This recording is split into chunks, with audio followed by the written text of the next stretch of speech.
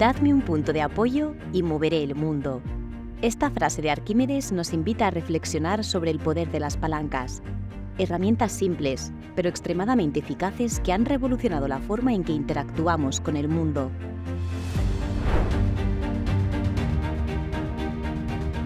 Sistema de palancas en el cuerpo humano.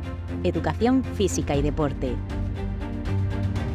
Una palanca permite multiplicar la fuerza aplicada, haciendo posible mover objetos pesados con un esfuerzo mínimo.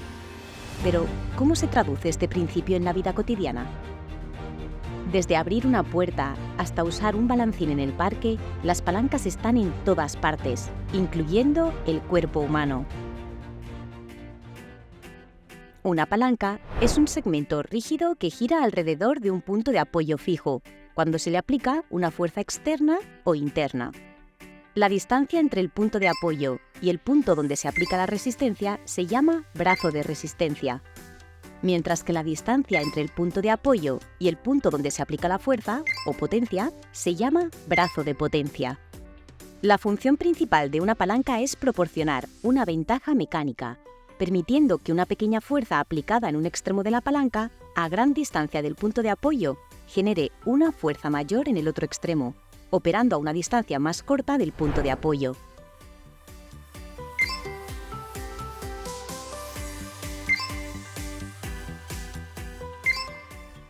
Alternativamente, un movimiento aplicado en un extremo puede producir un movimiento mucho más rápido en el otro, dependiendo del tipo de palanca.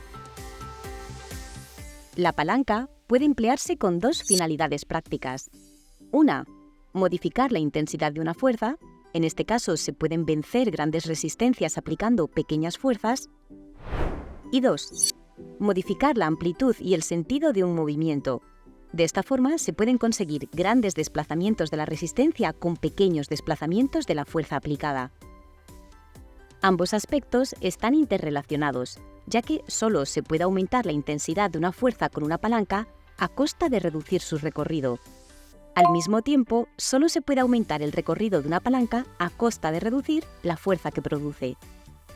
Dependiendo de la posición de P, F y R, existen tres tipos de palanca. Una palanca de primer grado es aquella en la que el fulcro o punto de apoyo está situado entre la potencia y la resistencia.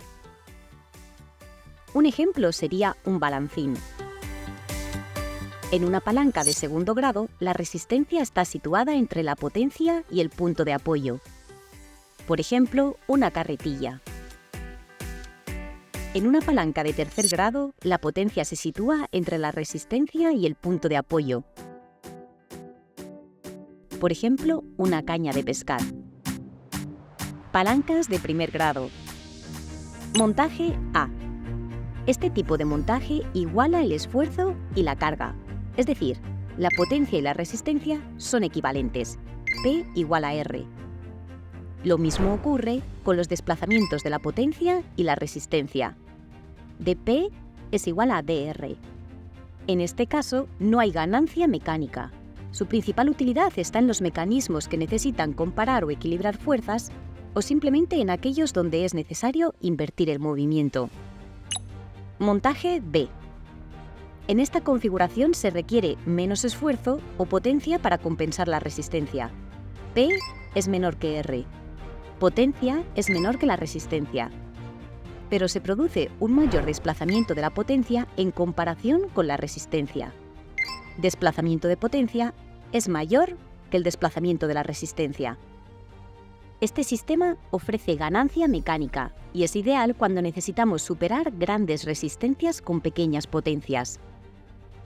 Es el único montaje de palanca de primer grado que proporciona esta ventaja, por lo que es muy útil para vencer grandes resistencias con poco esfuerzo, mientras que también permite invertir el movimiento. Montaje C. Aquí, el esfuerzo o potencia es mayor que la carga o resistencia, P mayor que R, y en consecuencia, el desplazamiento de la potencia es menor que el de la resistencia, dP menor que dR. Este montaje no aporta ganancia mecánica y su utilidad principal tiene lugar en mecanismos donde se necesita amplificar el movimiento.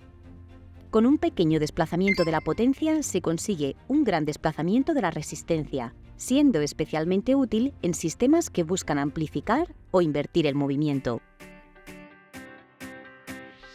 La palanca de segundo grado permite situar la carga, resistencia, entre el fulcro y el esfuerzo, potencia.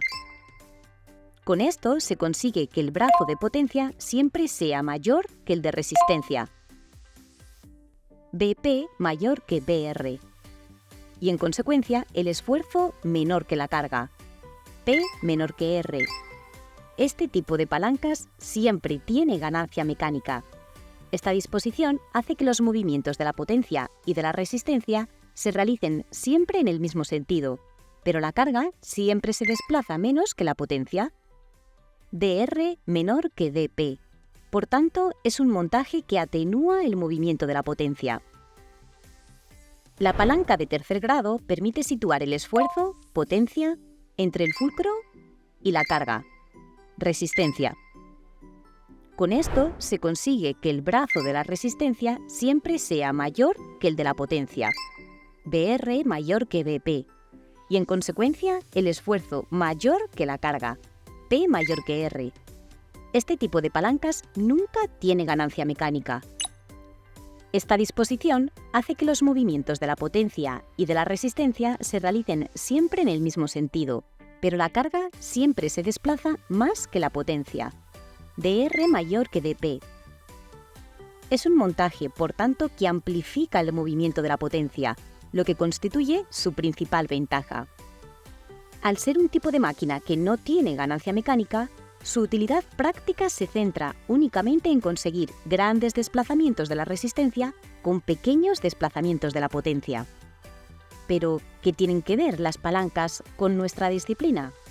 El ser humano logra producir movimientos a través de un sistema de palancas. La estructura biomecánica del ser humano está construida como un sistema de palancas a través del cual el cuerpo logra producir movimiento. Veamos ejemplos de los 3 tipos de palancas en el cuerpo humano. Primer género, cabeza, como el balancín. Se trata de una palanca en un sistema de equilibrio. El movimiento de cabeza al desplazar la cabeza hacia atrás, el cráneo pivota sobre la vértebra atlas, punto de apoyo. El trapecio realiza la fuerza necesaria para mover el peso de la cabeza. Segundo género, tobillo, como un carrillo de manos.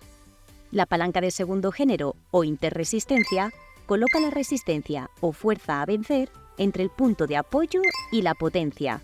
Se consigue una palanca de resistencia más corta que la de potencia, lo que ayuda a vencer grandes resistencias, aunque de manera muy lenta y con muy poco recorrido en su movimiento. Es, por tanto, una palanca de fuerza que podemos encontrar, por ejemplo, en los tobillos, donde el peso del cuerpo queda en el centro, dejando la articulación del tobillo por delante de él y la fuerza por detrás, producida por los músculos gemelos y sóleo. De esta manera, los tobillos pueden ejercer la fuerza necesaria para saltar y correr, moviendo todo el peso del cuerpo que descansa sobre ellos, que sería bastante complicado de otra forma. Tercer género, flexión de codo. La palanca de tercer género o interpotencia es una palanca que posibilita los movimientos veloces y dinámicos. Sitúa la potencia entre la resistencia y el apoyo, por lo que el brazo de resistencia es más largo que el de potencia. Es el tipo de palanca más frecuente en el cuerpo humano, y como ejemplo podemos poner la acción del bíceps braquial en la flexión del codo, donde el bíceps se inserta en el antebrazo entre el codo que queda por detrás y la resistencia que quedaría desplazada hacia la mano por el peso de la carga unida al peso del antebrazo.